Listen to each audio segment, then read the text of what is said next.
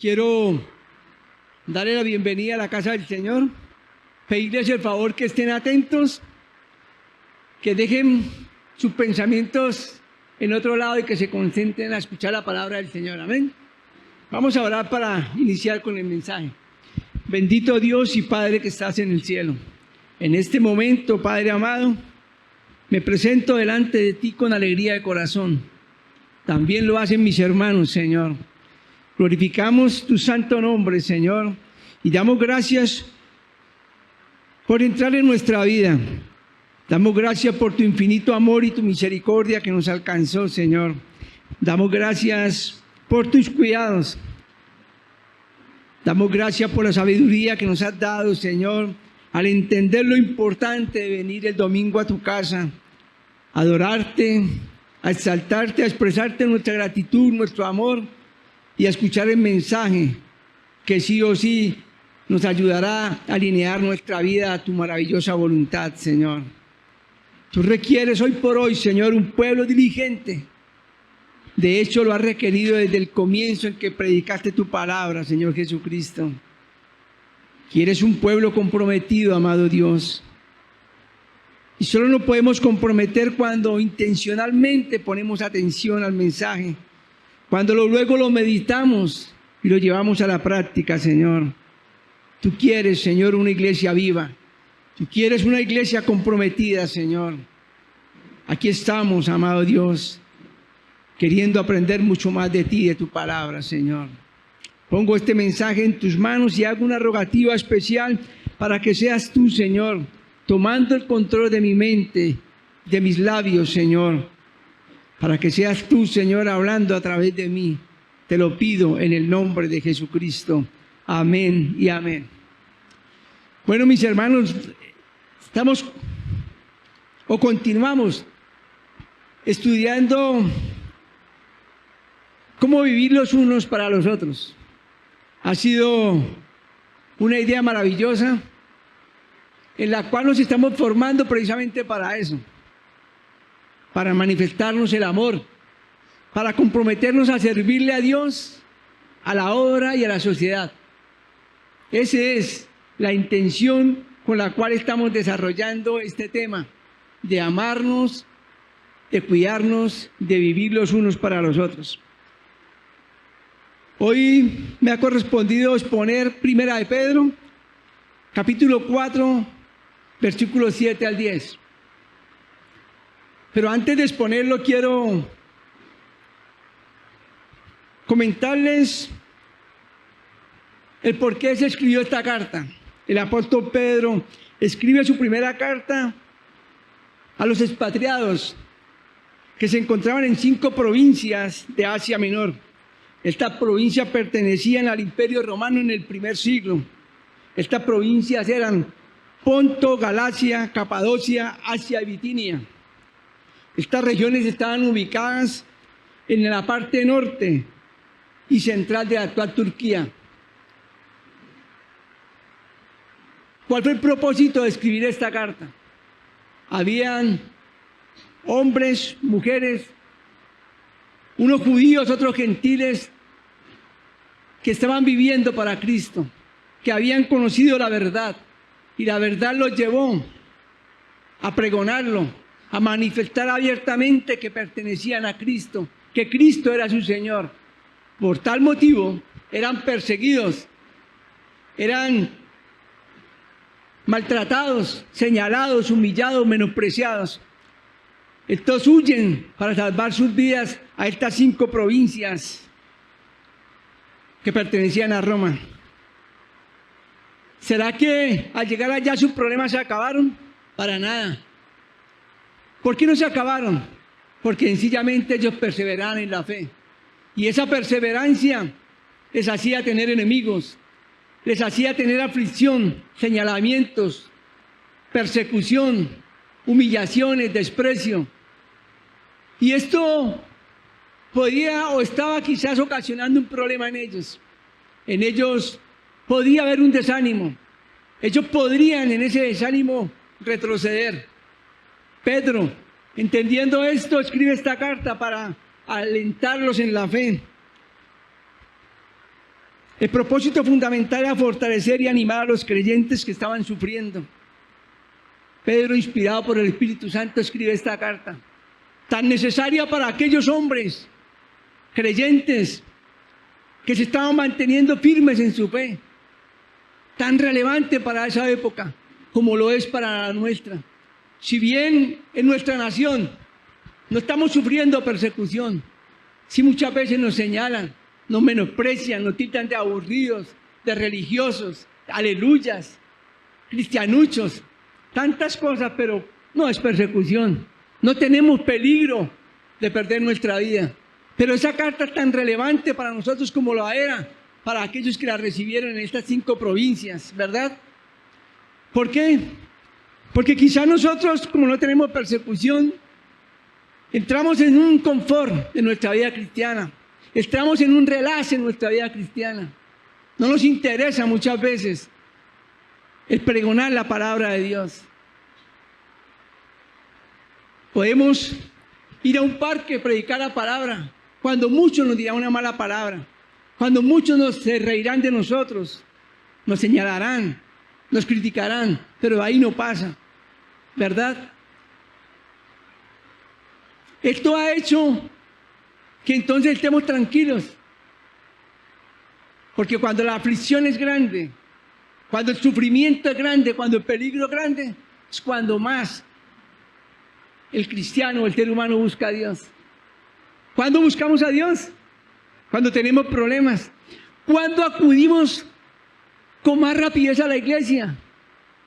Cuando un familiar está enfermo, cuando nuestra economía está mal, cuando nuestra relación de pareja se está quebrantando, cuando nuestros hijos están por mal camino, cuando hemos pecado, cuando nos estamos desviando.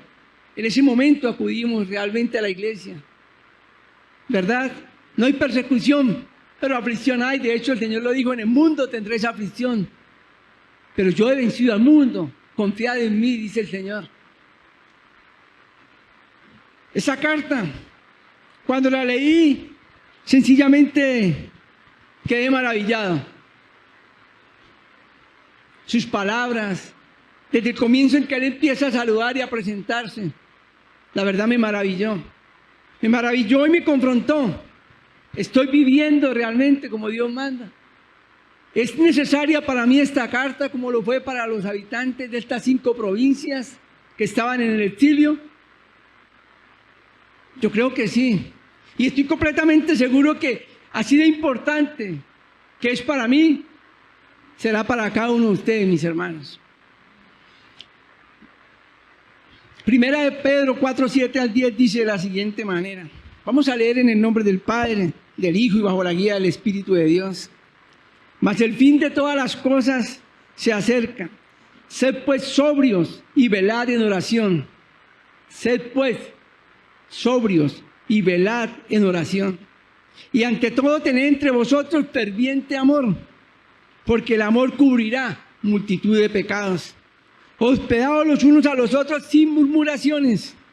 Cada uno según el don que ha recibido, ministrelo a los otros, como buenos administradores de la multiforme gracia de Dios. Amén. Antes de empezar a escudriñar y a exponer este mensaje basado en 1 Pedro 4, 7, 10, quiero hacer un recordarles. El Señor Jesucristo es el Hijo de Dios. Y la palabra nos está manifestando el amor de Dios a través de su Hijo. Dice la palabra que de tal manera Él nos amó, que envió a su Hijo Jesucristo, para que todo aquel que en Él crea no se pierda, mas tenga vida eterna. Hemos creído. El amor de Dios se ha manifestado ¿en qué? En Cristo en nosotros. Cuando levanto mi mirada y me paro aquí frente a ustedes, lo único que puedo ver y admirar es el amor de Dios, porque está manifestado en que Cristo está en ustedes, como lo está en mí. Cristo en nosotros es la manifestación sublime del amor de Dios. Cristo sin pecado, santo, sin mancha, caminó a la cruz en obediencia al Padre y en amor a nosotros. No abrió su boca, no se defendió. Tan solo lo veo diciendo: Señor, si quieres pasa a mí esta copa, pero no se haga mi voluntad sino la tuya. Y la del Padre era que Él muriese en la cruz por amor a nosotros. Él fue a la cruz, derramó hasta su última gota de sangre para limpiar pues nuestro pecado. Tomó nuestro lugar. La ira que recibió Cristo la merecíamos cada uno de nosotros, no Él. Él cumplió la ley. Él es santo, era santo y será santo. Nosotros pecadores, y merecíamos estar en ese madero. Merecíamos la ira de Dios. Merecíamos el castigo de los hombres por fallar a la sociedad y por fallarle a Dios. Pero Dios muestra su amor por nosotros entregando a su Hijo. Hermoso, sublime el amor de Dios. Y lo más hermoso es que ese amor está en nosotros a través de Cristo Jesús. El Señor Jesucristo murió, fue enterrado, resucitó al tercer día, lo sabemos, ¿verdad? Y sigue manifestando su amor, se presentó a los suyos. Luego subió al reino de los cielos y dice la palabra que está sentado a la derecha de Dios Padre. Y dice la palabra que Él intercede por nosotros. ¿Por qué intercede por nosotros? Porque sencillamente nos ama y entiende que como hombres fallamos. Él intercede por nosotros. Puedo estar completamente seguro que si fallo, que si peco, que si me desvío por un momento, que si me dejo que me gobierne mi carne y fallo a Dios, Cristo suplicará al Padre por mí. Esto es una manifestación de amor. ¿Cómo no amarlo al que me ha amado? Pero ¿sabe una cosa, hermano? A veces somos tan felices cuando nos aman, quienes tenemos nuestra pareja, y vemos los detalles, su abrazo, un beso, una palabra en un momento difícil. Es hermoso sentirse amado. Pero el sentirme amado tiene que llevarme a amar. Por eso quise exponer lo que es el amor de Dios. Y quise exponer lo que hizo Cristo por nosotros. Para que podamos entender lo que es el amor. Un amor limpio, genuino. Un amor sublime. Por eso estamos en este lugar. Sencillamente por el amor de Dios. ¿Hacia dónde vamos? ¿Cuál es nuestro propósito en esta vida? Creo que nuestro propósito es servirle a Dios, amarlo sobre todas las cosas y cumplir su gran mandamiento. Amarlo a Él y amar al prójimo como a nosotros mismos. Si decimos que Cristo mora en nosotros, como leíamos hace un momento en Gálatas, si decimos que ya no vivo yo, que Cristo vive en mí, pero si no amo, eso sencillamente es una farsa. ¿Sabe, hermanos?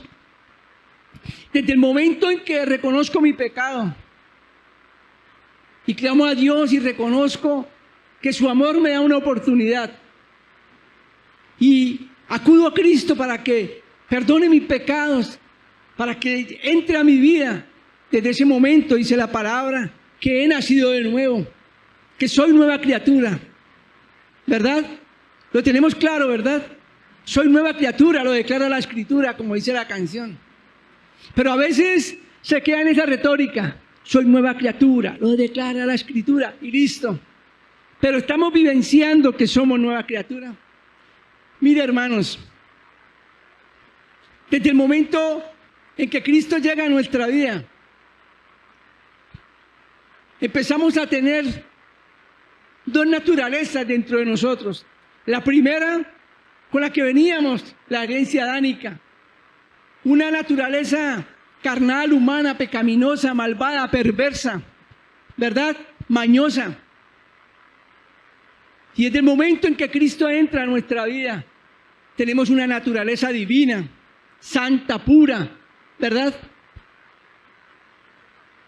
¿Y ahora qué? Ahora en nosotros no conviven las dos naturalezas porque no hay unidad entre la luz y las tinieblas, pero sí existen, o coexisten, perdón, esas dos naturalezas en nosotros. La santa, la divina, la pura, la que me quiere llevar a vivir mi vida para Él, la que me quiere llevar a honrarlo, a glorificarlo, a darlo todo por Él. Pero también coexiste la naturaleza pecaminosa, la que quiere separarme de Dios, la que quiere que haga mi voluntad y no la del Padre, la que quiere recibir bendiciones del Padre, sentirme amado por el Padre, pero la que no quiere ser de bendición para los hermanos, para la sociedad, para la familia. La naturaleza egoísta, pecaminosa, coexisten, esas dos naturalezas. La cuestión ahora es, ¿cuál naturaleza quiero realmente que se enseñoree de mí? ¿Cuál naturaleza queremos que gobierne nuestra vida? ¿Cuál naturaleza queremos que dicte nuestro caminar? ¿Cuál naturaleza queremos que nos llene de alegría, de pasión, de compromiso, de decisiones trascendentales y radicales para nuestro vivir diario? Es una lucha, pero es algo que quizás no analizamos muchas veces. Soy nueva criatura, lo declara la Escritura, y lo somos, pero ahora viene la intencionalidad nuestra de hacer morir, de asesinar esa naturaleza pecaminosa. ¿Y cómo lo hacemos? Si no es sencillamente yendo cada día a los pies de Cristo, si no es yendo a la fuente de amor, que entiende que fallamos, pero que también ve que no queremos fallar. ¿Cuál naturaleza queremos mostrar al mundo? ¿Cuál naturaleza queremos manifestar a nuestra familia, a nuestra iglesia, a nuestros hijos, a la sociedad? ¿Cuál naturaleza queremos manifestar? Es claro que el Señor Jesucristo quiere que lo manifestemos a Él, su naturaleza santa, divina, pura, amorosa, piadosa, misericordiosa, bondadosa. Esa es la naturaleza que Cristo, que el Padre, el Hijo y el Espíritu Santo quiere que mostremos. Pero está solamente en nosotros. ¿Nos obliga el Señor? No, nos exhorta y nos anima y nos lleva versículo a versículo en su palabra para que lo hagamos, para que nos llenemos de su amor, de su presencia, para poder manifestar al mundo el amor y la misericordia del Señor. Estamos en una serie de los unos para los otros, ¿verdad?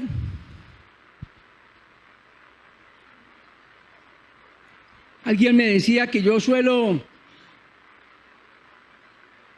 como ser fuerte, como decir las cosas muy directas. Y no es porque lo quiera hacer, es porque sencillamente lo que está dentro de nosotros nos debe llevar a eso. Estamos viendo iglesias egoístas, cristianos egoístas.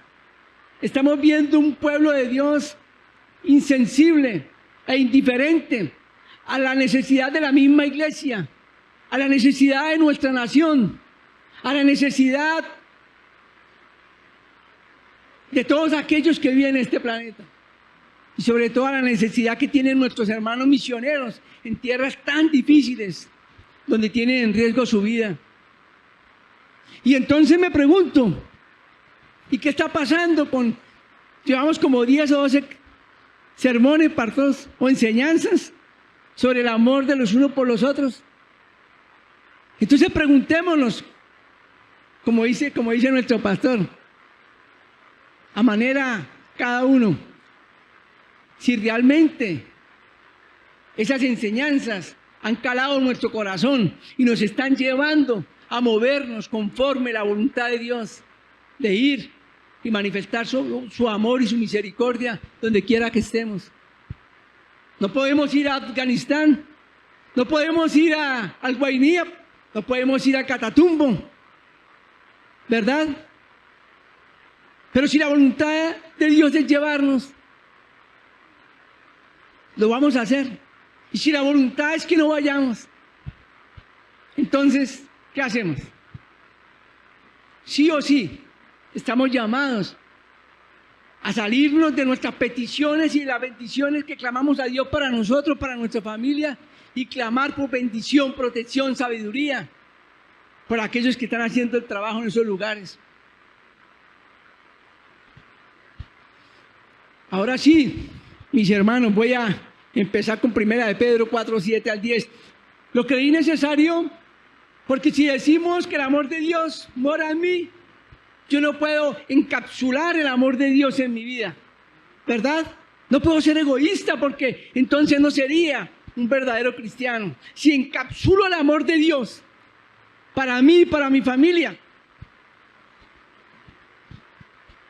estoy obrando muy mal conforme a lo que Dios quiere. Si decimos que Cristo, que Dios es amor y Dios mora en mí, el amor tiene que fluir. El amor tiene que salir dentro de mí. Y si no, sencillamente, soy un cristiano mediocre y lo único que tengo es una vida de cultura cristiana, pero no una vida relevante en el cristianismo como Dios lo quiere. Hermanos, Cristo vive. Cristo vive. Y reina por los siglos de los siglos, pero vive dentro de nosotros. Está en nosotros. Es algo que no podemos olvidar, que no podemos despreciar. Valoremos lo que Él nos ha dado. Valoremos de dónde Él nos sacó. Valoremos que íbamos camino a la muerte eterna y Él nos lleva camino a la vida eterna junto con Él. Si valoramos esto, estoy completamente seguro que lo que a mí me ha fascinado y me ha llenado, quiero que mi vecino, mi amigo, hasta el delincuente y asesino más cruel lo tenga. Porque Dios murió aún también por ellos, ¿verdad? Bueno, hermanos, ahora sí. 1 de Pedro 4, 7 al 10. Perdón.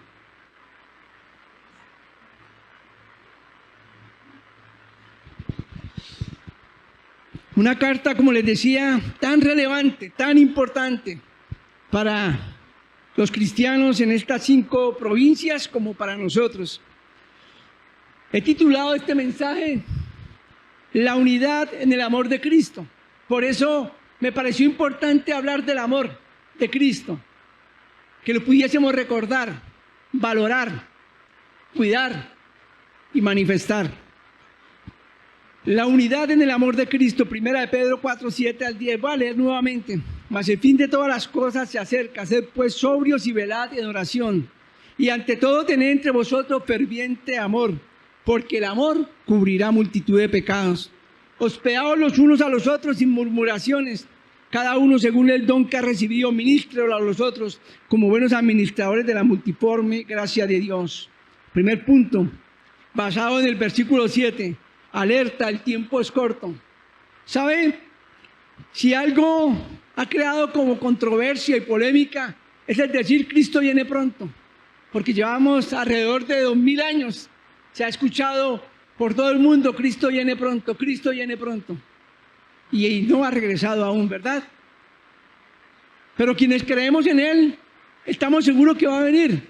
Es más, nuestra esperanza es que venga pronto, ¿verdad? Dice, el fin de todas las cosas se acerca.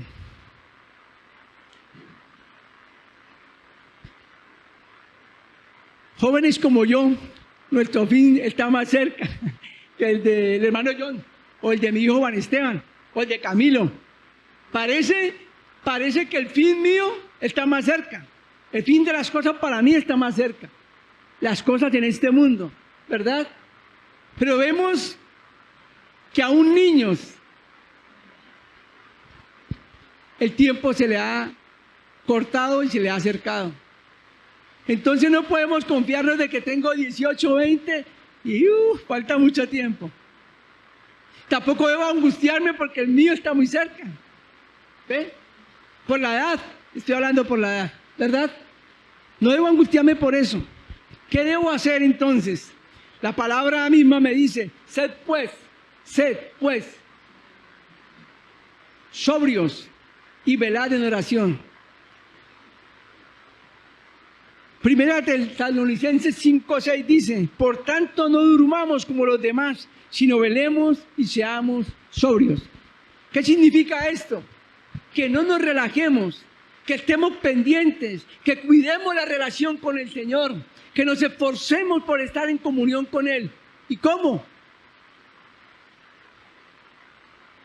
Leyendo su palabra, oración, viniendo a la iglesia, estando pendiente de todo lo que está pasando, revisando constantemente mi vida, para así darme cuenta si estoy siendo sobrio, si me he relajado o si yo estoy haciendo las cosas como Dios quiere.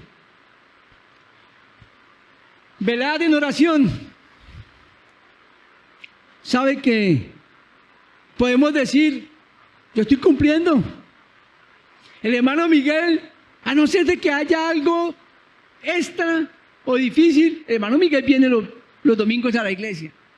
El hermano Miguel viene los miércoles a la oración. Los jóvenes están viniendo los sábados al grupo de jóvenes,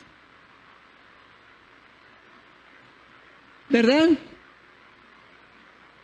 Pero eso tiene que ir acompañado de un esfuerzo mayor, de un compromiso mayor.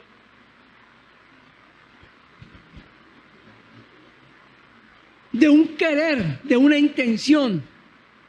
Y el querer y la intención es ser sobrios, orar, vigilar, estar pendiente de nuestra vida, estar pendiente de las necesidades de este mundo.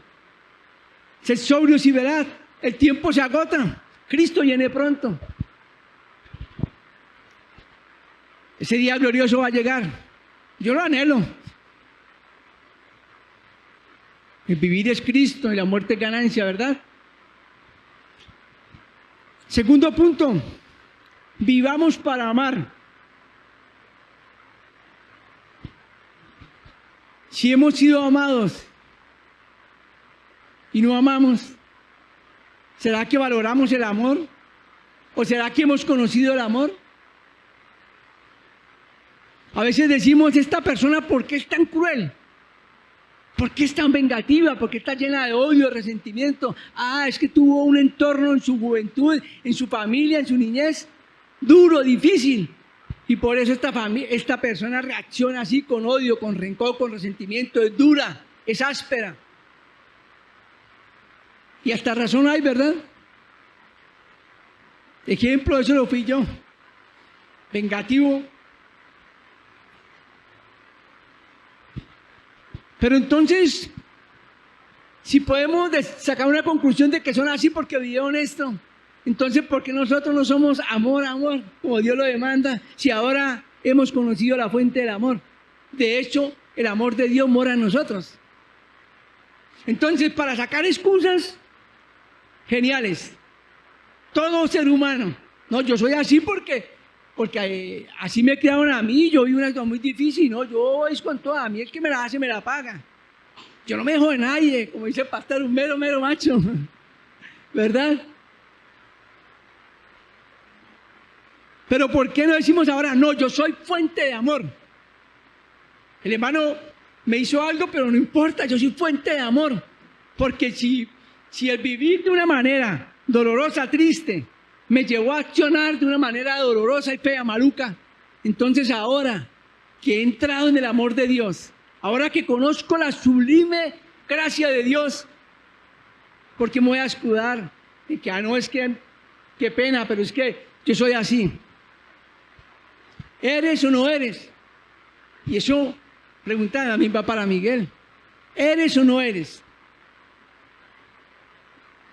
¿Eres fruto de la gracia, del amor, de la misericordia de Dios? ¿Eres amor? Preguntémonos y cada uno saque sus propias conclusiones. Yo las saqué y wow, Señor, si me di duro. Bueno,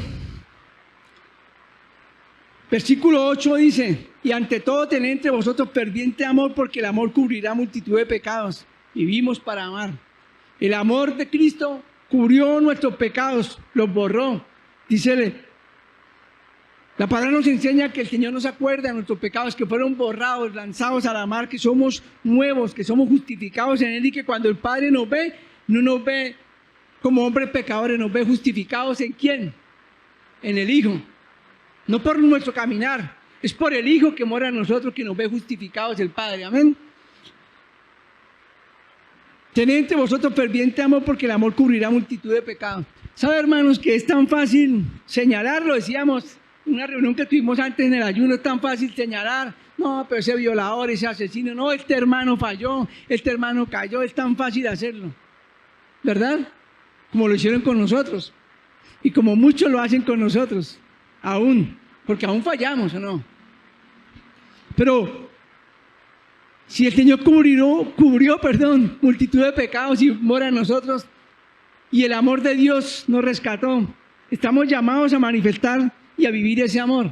¿De qué manera? Nuestro hermano cayó, lo juzgamos, lo condenamos, lo mostramos a la iglesia, lo mostramos a la sociedad, vea, este hombre pecó, hizo esto, aquello. Estamos llamados a acercarnos y manifestarle el amor de Cristo para que Él pueda entender y pueda tener nuevamente un acercamiento con el Señor y pida perdón por sus pecados.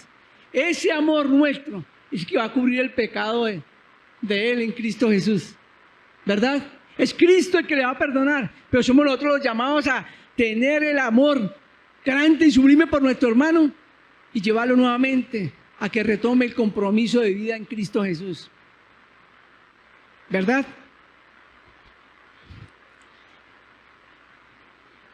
Y esto no solamente cuando nuestro hermano ha fallado, o está separado, o se quiere separar, o está alejándose del Señor. Esto es para cuando nuestro hermano tiene un problema de salud. Esto es para cuando nuestro hermano tiene un problema económico, cuando tiene un problema en su hogar, cuando tiene una crisis. ¿Verdad? Te amo, hermano, Dios te bendiga. Pero no sabemos si el hermano tiene hoy para comer o no. No sabemos si el hermano está sin trabajo o no. Porque es mejor no saber, porque entonces me voy a sentir comprometido. Estamos llamados a eso. O estamos llamados a enterarnos para cubrir una necesidad en el amor de Dios. Para manifestarle a mi hermano que él no está solo, que Dios está con él, que Cristo está con él y que su hermano en la fe también está con él.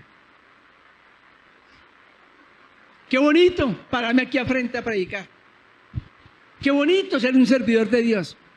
Qué bonito ser una persona que trabaja en la iglesia. ¿Pero qué? ¿Y qué? Si tenemos un gran conocimiento de la palabra, si estudiamos mucho la palabra, pero de amor poco. ¿Verdad? Hace una semana el hermano Ricardo nos mostró el amor, el servicio de una mujer, la viuda de Sarepta. Vio una necesidad, entendió que ese hombre era de Dios y sencillamente manifestó su amor y su misericordia, diciendo: entra a mi casa, si voy a morir, pues que como dijo el hermano Ricardo, si vamos a morir, pues que sea la voluntad de Dios. Y nosotros que tenemos un conocimiento, que estamos estudiando y que venimos domingo a domingo a la iglesia y tenemos carencia de amor. Primera de Juan 7 al 8 dice: amados, amémonos unos a otros, porque el amor es de Dios. Todo aquel que ama es nacido de Dios y conoce a Dios. El que no ama no ha conocido a Dios, porque Dios es amor. El que no ama no ha conocido a Dios, porque Dios es amor. Por eso quise en un comienzo hablar del amor de Dios, amar de Cristo.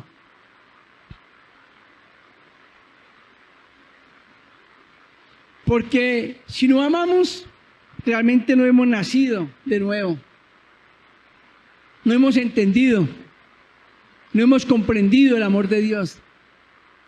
Y no hemos comprendido el para qué vivimos, el por qué vivimos. El tercer punto está basado En el versículo 9, hospedaos los unos a los otros sin murmuraciones. Y el tercer punto dice, ayuda con alegría y disposición. No es ayudar por ayudar. No es ayudar, no es recibir en mi casa para que me vean. No es recibir en mi casa para dar ejemplo de que yo sí lo estoy haciendo. Es recibirlo con alegría, con disposición, sin murmuraciones. Cuando Pedro escribe esta carta y escribe este versículo, es sencillamente porque ya habían unas familias que estaban viviendo en alguna de estas provincias, pero otros estaban saliendo. Eran migrantes que llegaban a la ciudad y necesitaban donde alojarse. Por eso le dice, hospedaos los unos a los otros sin murmuraciones. Hoy por hoy poco buscamos hospedarnos así o hospedar a alguien, porque normalmente cuando llegan ya tienen un sitio donde llegar, el hermano que viene a la ciudad, un hotel, o bueno, ya se ha organizado. Pero eso no implica de que no seamos piadosos, sensibles y que no les sirvamos con alegría y sin murmuración. Si un día llego a la casa de alguno de ustedes por un chocolate y un pan que me tienen prometido por ahí, ¿cierto? O si alguien llega a mi casa, sirvámosle con alegría el chocolate y el pan, sin murmuraciones. Y si al otro día viene por más chocolate y pan, sirvámosle chocolate y pan. A eso estamos llamados, sin murmuraciones, con disposición, con alegría. No es hacer las cosas por hacerlas, es alegría, disposición, porque eso que está manifestando. Amor, el que está en mí porque Cristo mora en mí. Eso está manifestando amor. Así de sencillo. Amén.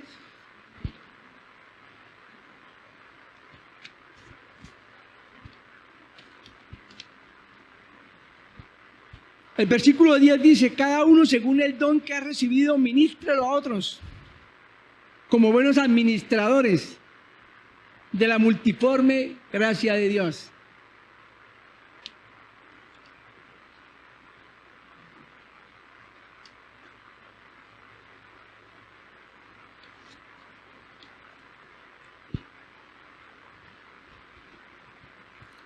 Y he titulado,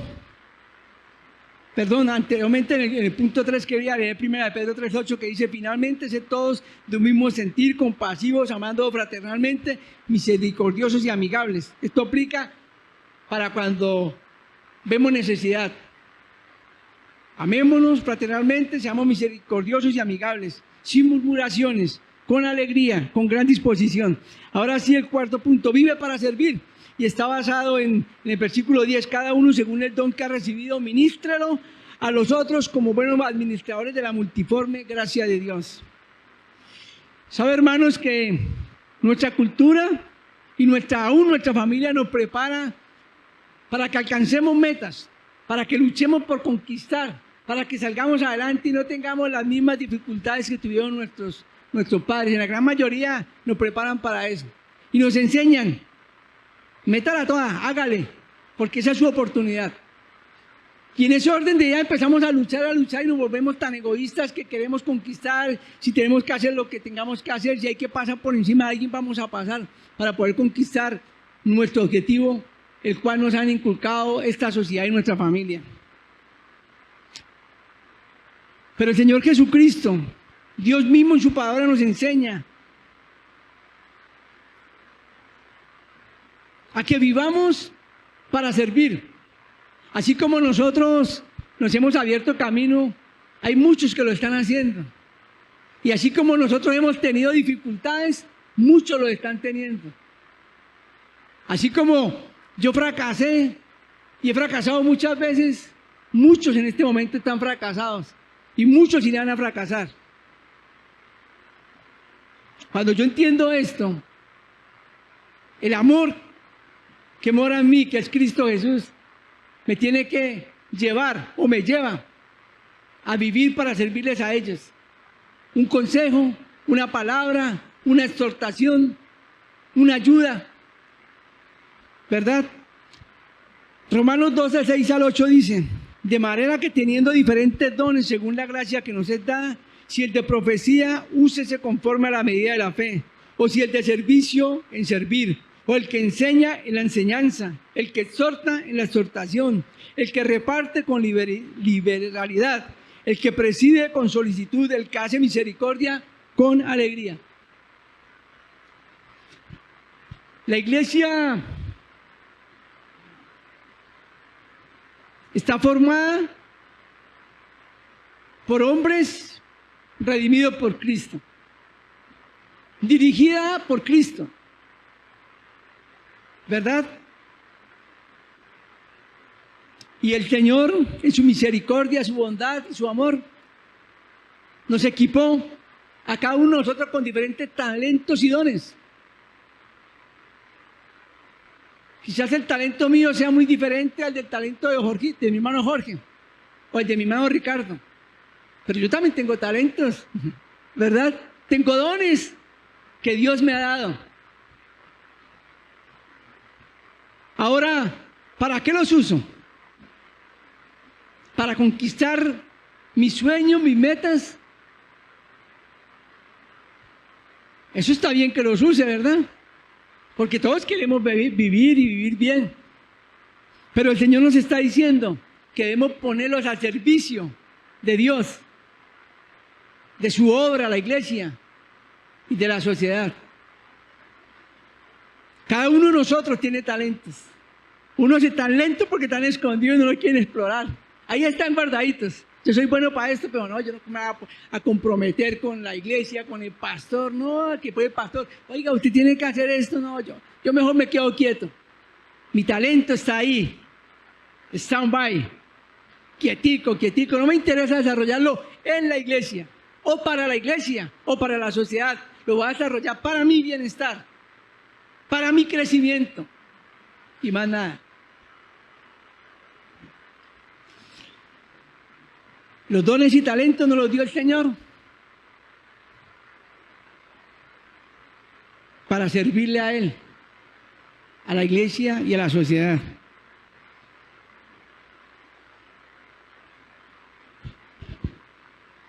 Hay un lema de una empresa en Bucaramanga: el que no vive para servir no sirve para vivir.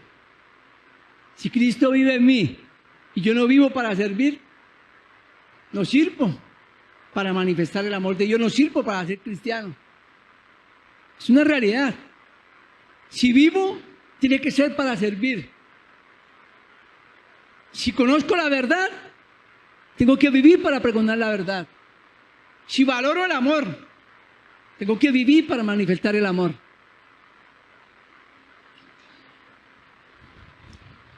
Les voy a contar una pequeña historia. No es mía, no. Un hombre con una gran empresa, y en esta empresa había un hombre llamado Juan. Juan, 10 años trabajando en esta empresa. Juan nunca había tenido un memorando, un llamado de atención por llegar tarde. Nunca había tenido un problema con un compañero. Juan era el tipo más honesto, trabajador y cumplidor de la empresa. Ese era Juan. Llegó Pedro Pérez a esa misma empresa. Al año y medio, Pedro Pérez va a ser nombrado en un alto cargo de la empresa.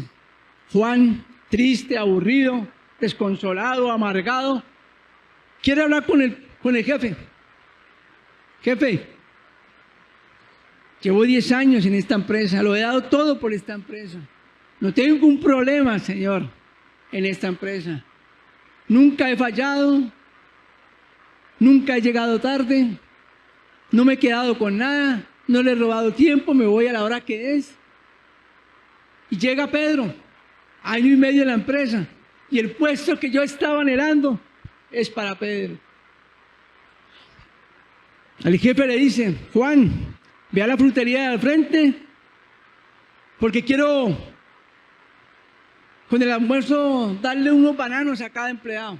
Quiero que vayas Me preguntes cuánto valen.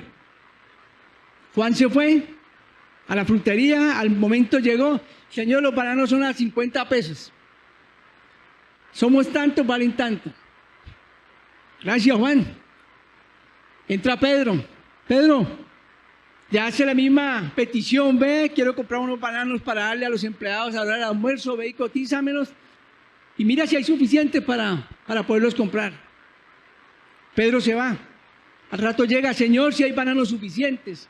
A 50 pesos. Podemos pagar a 8.10. Pero si pagamos de contado nos dan el 5% de descuento. También hay duraznos, manzanas, las mandarinas, señor, están en cosecha. Y nos sale más barato si nos dan también el 5% de descuento si pagamos de contado. Gracias, Pedro. Puede salir. Pedro sale y el jefe mira a Juan. Juan baja la mirada y sale del lugar. ¿Qué nos enseña? No estamos llamados a cumplir simplemente. Estamos llamados a ir más allá. El verdadero Hijo de Dios, el que conoce y valora el amor de Cristo, el sacrificio de Dios al entregar a su Hijo y el sacrificio de Cristo en la cruz, debe ir más allá. ¿A qué me refiero, hermano? Me refiero a que sí puedo venir lunes de hombres, miércoles de oración, sábados juveniles, domingo a la iglesia. ¿Estoy cumpliendo como Juan o no? ¿Verdad? Pero Dios demanda de nosotros amor, pasión, entrega por la obra. En otras palabras, está demandando que vayamos más allá de nuestras fuerzas.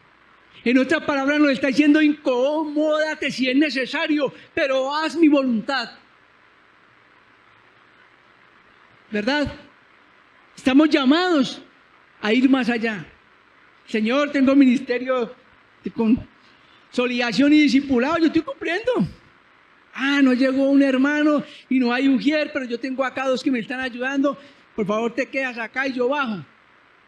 Es un ejemplo, por ejemplo. ¿Sí? Eso sí, no me pongan a cantar ni a tocar el piano. No llegó la persona que tenía que hacer el aseo, yo llegué temprano, pues voy a colaborar. Eso es más allá. Y solamente lo hacemos cuando somos entendidos de que ya nos llamaron para servir. El que no vive para servir no sirve para vivir. Hermanos,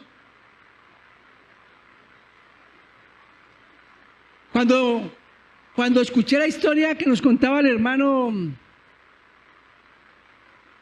no, que hablo de los países, el hermano Eduardo, uy, se me fue. Los años maravillosos se manifiestan, se olvidan los nombres, confundo a Pantofel con Ricardo. No, mentiras. Pero esa enseñanza o esa historia que nos contó el hermano Eduardo es sencillamente la manifestación del amor de una mujer que conoció a Cristo. Pudo haberse quedado allí en ese lugar, pero fue más allá y llegó a la Guainía. El amor de Dios no se encapsula en nosotros. Debemos sacarlo y debemos ir más allá. De eso se trata, los unos por los otros. No solo de venir a la iglesia, sino en ser intencionales en saludar a mi hermano. Hermano, ¿cómo estás? ¿Cómo está tu casa? ¿Está todo bien en casa? No, hermano, esto y aquello. Vamos a ver cómo podemos servir. Y vamos a ver cómo le podemos servir en oración a Él. Hacemos lo nuestro y Todopoderoso hace lo de Él. Espero, mis hermanos, que sea tan útil esta enseñanza como lo fue para mí, prepararla, estudiarla, asimilarla y guardarla en mi corazón. Que el Señor Jesucristo nos ayude, nos perdone, nos aliente y nos permita realmente vivir para servir, honrando y glorificando a aquel que nos dio ejemplo de servicio. Y este fue el Señor Jesucristo. Él no vino a ser servido, Él vino a servir. Que el Señor Jesucristo nos continúe bendiciendo, mis hermanos. Vamos a orar. Amado Dios, en este momento, Señor, te doy gracias por haberme permitido estudiar tu palabra, por haberme permitido indagar en ella, poder entender el por qué se escribió, para quién se escribió, poder entender lo relevante de esa época y tan relevante para ahora, Señor. Gracias te doy, Señor, por la vida de cada uno de los hermanos que están en este lugar. Te doy gracias porque ellos serán de bendición para sus familias que quedaron en casa. Gracias te doy, Señor, por permitirnos entender que nosotros coexisten dos naturalezas y que en el amor en ti tenemos que llevar a nuestra vida, a nuestra naturaleza pecaminosa a morir para que sea la tuya, Señor Jesucristo, la que gobierne nuestra vida, la que se enseñoree en nosotros y la que nos lleve a manifestar el amor en servicio, con pasión, con alegría, sin rumores. Gracias, Señor, por este momento que nos ha permitido estar en tu casa. Gracias por la vida. Gracias por todo lo que tú nos das. Gracias por la salvación, por tu gracia, por tu amor inmerecido, por tu bondad. Gracias, Señor. Bendito Dios, en tus manos quedamos, Señor. Ayúdanos a ser dirigentes. Ayúdanos a ser comprometidos, Señor. Ayúdanos a ser como Pedro, ir más allá.